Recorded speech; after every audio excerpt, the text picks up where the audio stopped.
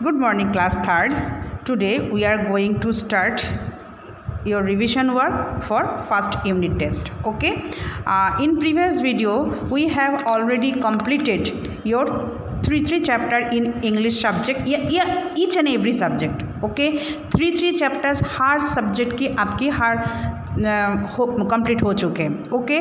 जो आज हम रिविज़न करने जा रहा है वो 3 चैप्टर के डिपेंड करके ये हमने रिवीजन कर रहे हैं. तो I hope you have already learn very well in 3 chapters at home. Okay. तो उसी के ऊपर बेस करके ये जो आज हम क्वेश्चन आंसर बना रहे हैं व बनाएंगे, या इसका जो हमने आज आपको वीडियो बना रहे हैं ये आपको अच्छे से घर पे रीड और लर्न करना है. कोई नोटबुक में आपको लिखना नहीं है, सिर्फ आपको इसको लर्न करोगे. इसकी स्पेलिंग जो भी है और रेड पेन में जो लिखा है वही आपकी आंसर है, वही आपको अच्छे से करना होगा लर्न. ओके.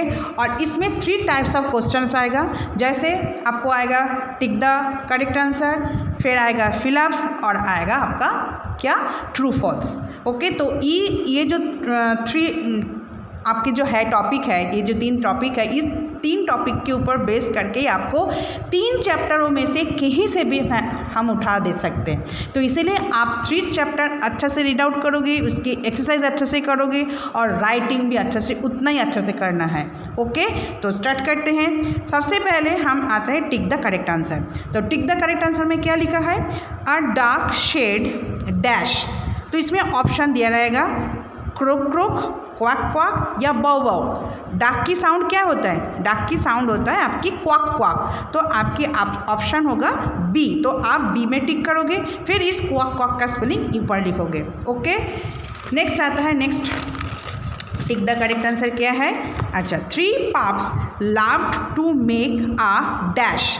क्या करने से इसको अच्छा लगता है? हुई बनाना, रो बनाना या नॉइज़ करना?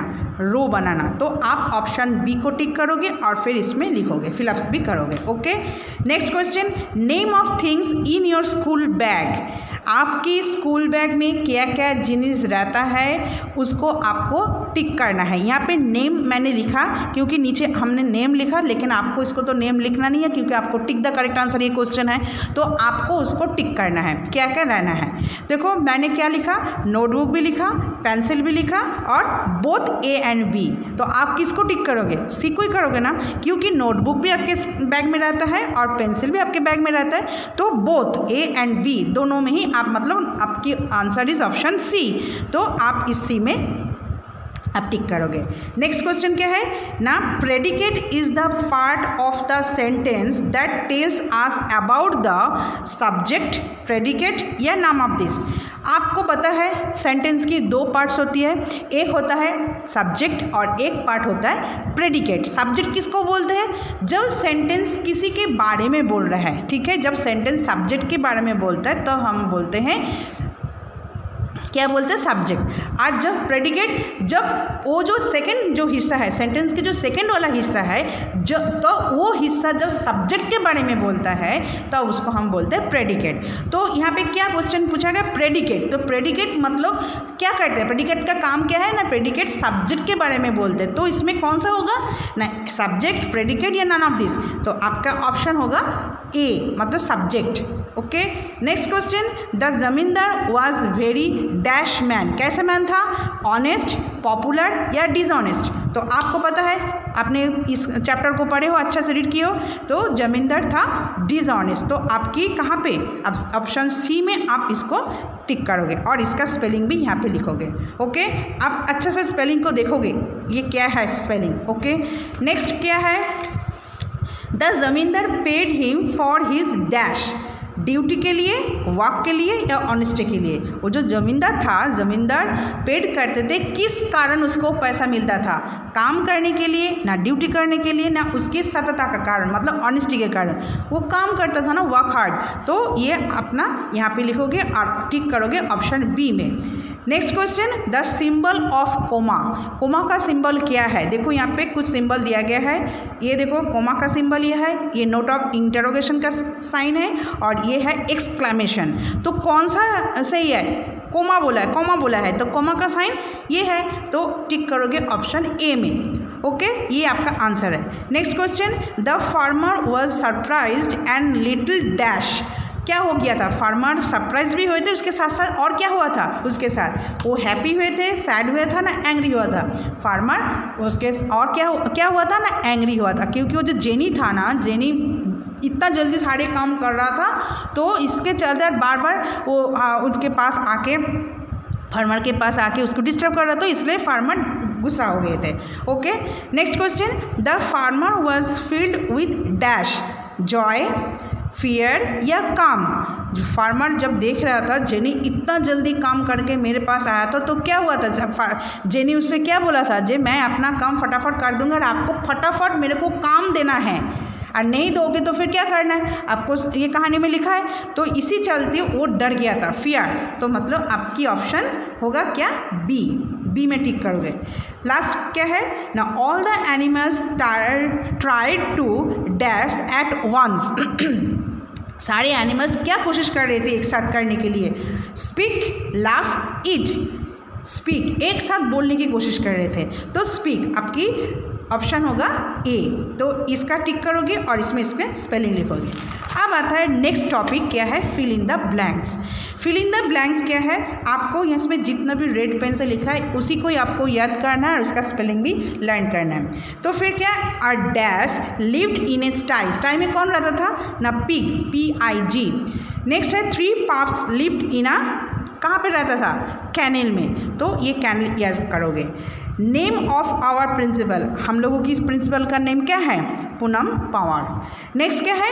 Name of our school, school का नाम आप यहाँ पे लिखोगे wisdom international school. Okay, next क्या है? Sheikh Chilli work hard for many hours. मतलब वर्क हार्ड, हार्ड आपको लिखना है, हार्ड आपको याद करना है, work for many hours. Next है Sheikh Chilli friends were very, कैसा था ना? सरप्राइज्ड। आप इसमें सरप्राइज बढ़ोगे। The dash looked very big and strong. किसको देखने में बहुत ज़्यादा बड़ा और स्ट्रॉन्ग था ना? जेनी। तो the Jenny looked very big and strong. Okay, next question क्या है ना? Jenny went away to dash the well. कहाँ पे गया था? क्या करने गया था ना? जेनी गया था फील्ड में और क्या किया था ना? एक वेल को डिग किया था, मतलब एक कुएँ बनाने के लिए वो खोदा था। डिग मतलब खोदना, तो डिग आप यहाँ पे लिखोगे। नेक्स्ट क्या है? The dash master thought for some time. कौन, किसकी मास्टर, कहाँ की मास्टर? School master. तो स्कूल को आप याद करोगे। Next question, sentence made up of dash parts. एक सेंटेंस में कितने पार्ट्स होता है? 2 पार्ट्स होता है, तो आप इसको 2 लिखोगे यहाँ पे। ओके, नेक्स्ट टॉपिक क्या है? Write T for true and F for false. Okay, तो आप जहाँ पे इसमें कुछ स्टेटमेंट्स हैं, स्टेटमेंट में जो सही है आप उसमें T करोगे और जो स्टेटमेंट गलत है आप उसको F करोगे। ओके, तो पहला स्टेटमेंट क्या है? A little green frog said quack quack. Frog की साउंड क्या क्वाक क्वाक है? नहीं है ना, तो ये स्टेटमेंट गलत है, तो आप यहाँ पे F लिखोगे। Next, a little pig laugh to make a row. Little pig क्या रो में रहने के लिए कौन पसंद करता था? पिग ना डॉग। वो छोटे छोटे 3 पापी थे, वही तो रो में था ना, तो ये भी स्टेटमेंट गलत है, तो यहाँ पे आप F लिखोगे। नेक्स्ट है 3 पाप्स सेड बौ बौ। पाप का ही तो आवाज़ जो साउंड है बौ बौ होता है ना, तो ये स्टेटमेंट सही है, तो आप यहाँ पे T लिखोगे। नेक्स्ट क्या है? Sheikh Chilli was very popular. था ना, शेख चिली बहुत पॉपुलर था ना, उसके काम के लिए वो पूरा विलेज में पॉपुलर था, तो ये स्टेटमेंट सही है, तो आप यहाँ पे T लिखोगे। The landlord asked Sheikh Chilli to count the fields in the village. क्या बोला था? शेख चिली उसको क्या बोले थे? पूरा विलेज की सारे फील्ड्स को काउंट करना था? नहीं, सारे विलेज के सारे हाउस को काउंट करना था, तो ये स्टेटमेंट गलत है, तो आप यहाँ पे F लिखोगे। नेक्स्ट क्या है ना? Sheikh Chilli was a clever man. Sheikh Chilli की बहुत क्लेवर था? नहीं ना, ये स्टेटमेंट भी गलत है, तो आप यहाँ पे F लिखोगे। Next question, a group of words that makes a complete sense is called sentence. Yes, जब हम ग्रुप ऑफ वर्ड्स को हम मतलब आपकी सही ऑर्डरली हम इसको सजाएंगे, अरेंज करेंगे, उसके तब एक सेंस होना चाहिए, उस तब आप उनको सेंटेंस कह सकते हो। मतलब एक मीनिंगफुल वर्ड को हम जब एकदम सीक्वेंसली हम उसको ऑर्डरली हम सजाएंगे, अरेंज करेंगे, तो एक सेंटेंस कंप्लीट सेंस होना चाहिए, तब उसको हम बोलते हैं सेंटेंस। तो ये स्टेटमेंट जो है सही है, तो इसमें आप टी करोगे। The second part of a sentence is subject. No, एक सेंटेंस का जो सेकेंड पार्ट होता है उसको क्या बोलते हैं? उसको हम बोलते हैं प्रेडिकेट। तो ये है स्टेटमेंट गलत, तो यहाँ पे आप एफ लिखोगे। नेक्स्ट है फार्मर वॉज वेरी डिलीजेंट। नहीं, फार्मर वॉज वेरी क्या था, कैसे था फार्मर? तो ये स्टेटमेंट आपका गलत था, गलत है, तो आप यहाँ पे एफ लिखोगे। लास्ट क्या है?